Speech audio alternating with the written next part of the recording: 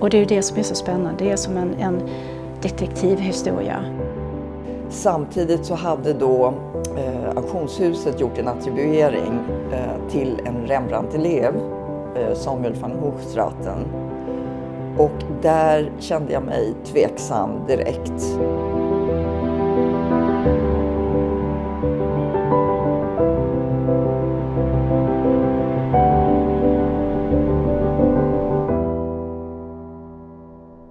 Den 15 juni 2012 såldes en målning på ett av Stockholms auktionshus.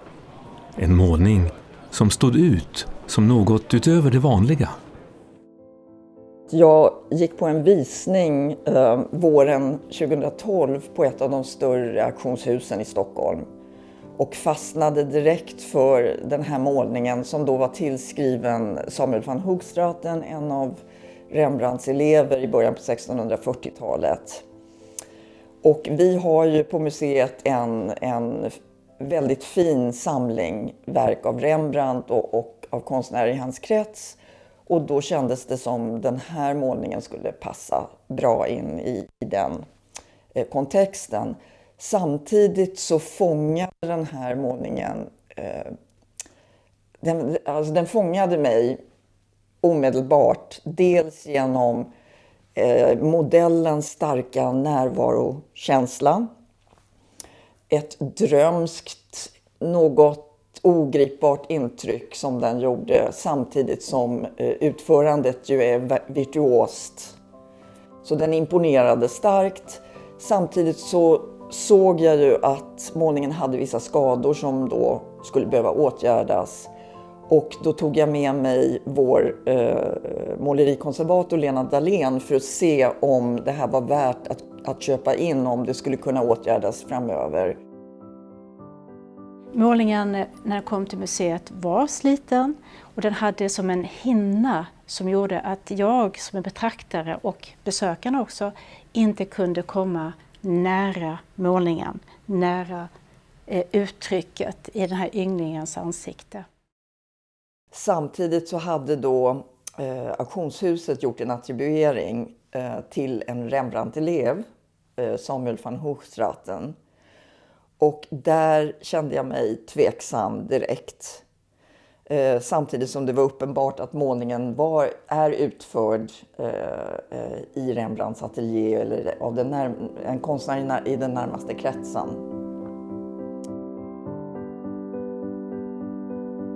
Målningen, kallad Ung student, är dokumenterad i Sverige för första gången i början av 1800-talet och tillhörde då expeditionssekreteraren, konstnären och samlaren Per Ulmgren i Stockholm.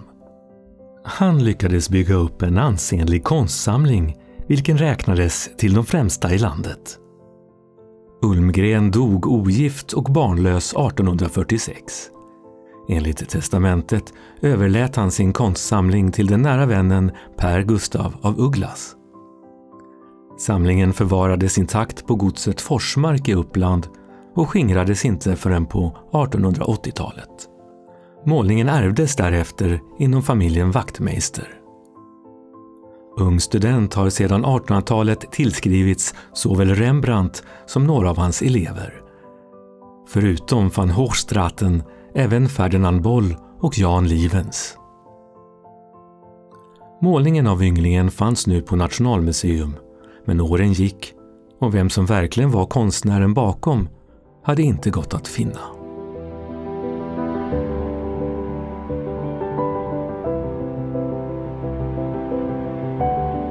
Det var ju så att vi gjorde ett annat inköp av en målning, även den då av en konstnär, en okänd konstnär i kretsen kring Rembrandt, samma tidpunkt ungefär 1640-talet.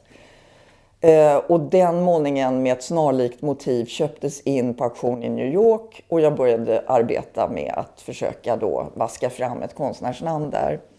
Och medan jag under det arbetet så slog det mig plötsligt att jag kände igen modellen. Jag tyckte mig känna igen modellen i den här tidigare målningen då som vi hade köpt.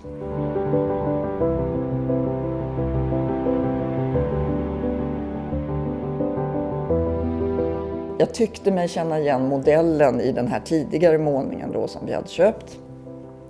I självporträtt som Carl Fabritius hade utfört under 1640-talet. Det finns 2 självporträtt från den tiden där han är då lite äldre, något äldre än i den här målningen. Men jag tyckte att det var någonting som jag kände igen där och även i utförandet, alltså i penselföringen.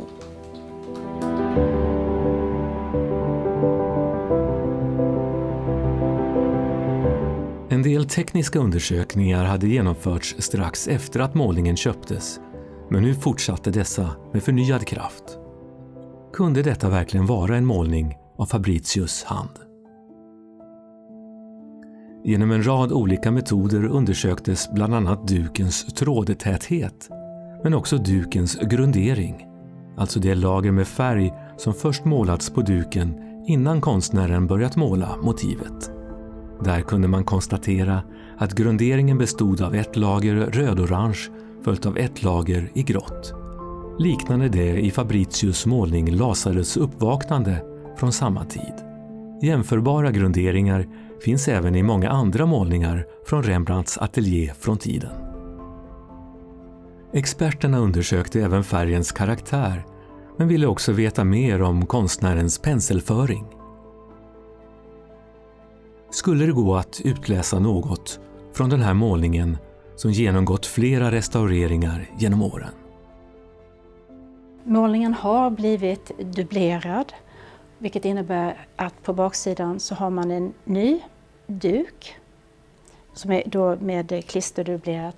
Och om vi då tänker tillbaka, mer än 100 år tillbaka i tiden, så hade man ju inte elektriska strykjärn, man kunde inte kontrollera temperatur på det sätt som vi kan göra idag om vi använder oss av fukt och värme. Så vad har hänt då? Jo, att partiellt så har ju då färgskiktet blivit ganska deformerat på grund av den här värmen och kombinationen med fukten. Men trots detta så kan vi ändå se i släpljus hur fint färgskiktet, hur penselföringen är, och det är något som är karaktäristiskt då för Fabritius, hans penselföring.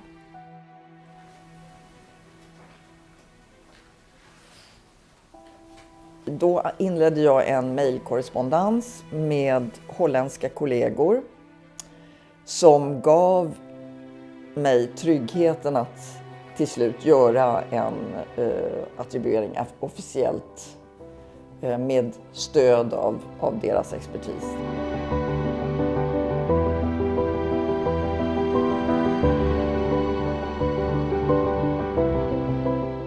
Karel Fabritius, född 1622 i Middenbeemster, en liten ort i närheten av Amsterdam, är kanske allra mest känd för sin målning av den lilla fågeln Steglitzan, som fick ytterligare berömmelse i och med författaren Donna Tartts roman med samma namn från 2013.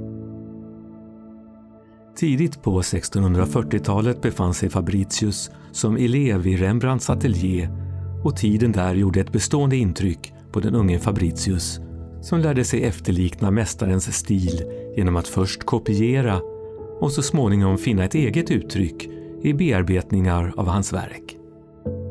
Det är troligen under den här tiden han målat Ung student. 1643 dör Fabritius unga hustru i barnsäng och han flyttar tillbaka till hembyn Middenbeemster.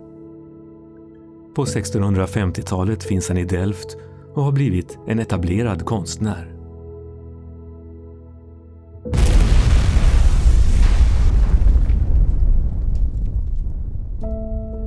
Morgonen den 12 oktober 1654 exploderade ett krutmagasin i centrala Delft med fler än 100 dödsoffer och tusentals skadade som följd.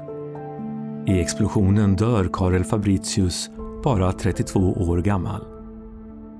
Hans ateljé och alla hans verk som förvaras där förstörs. Bara ett dussintal målningar av konstnären finns kvar till eftervärlden.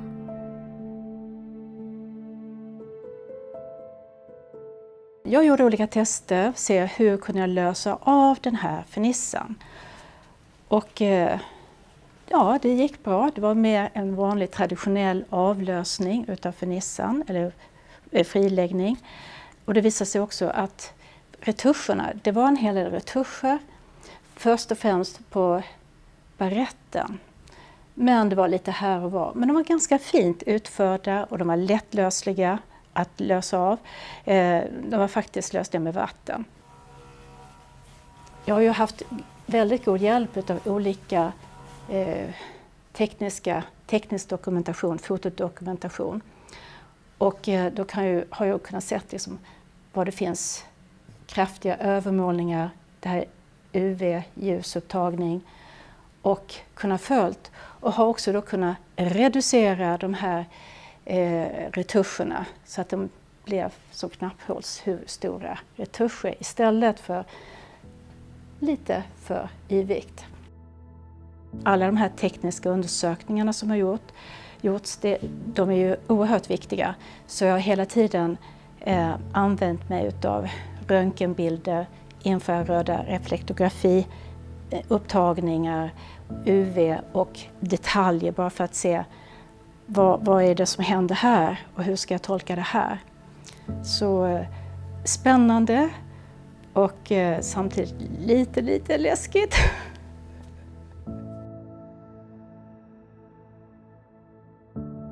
Alltså hans tolkningar av populära motiv som förekommer då i kretsen kring Rembrandt är alltid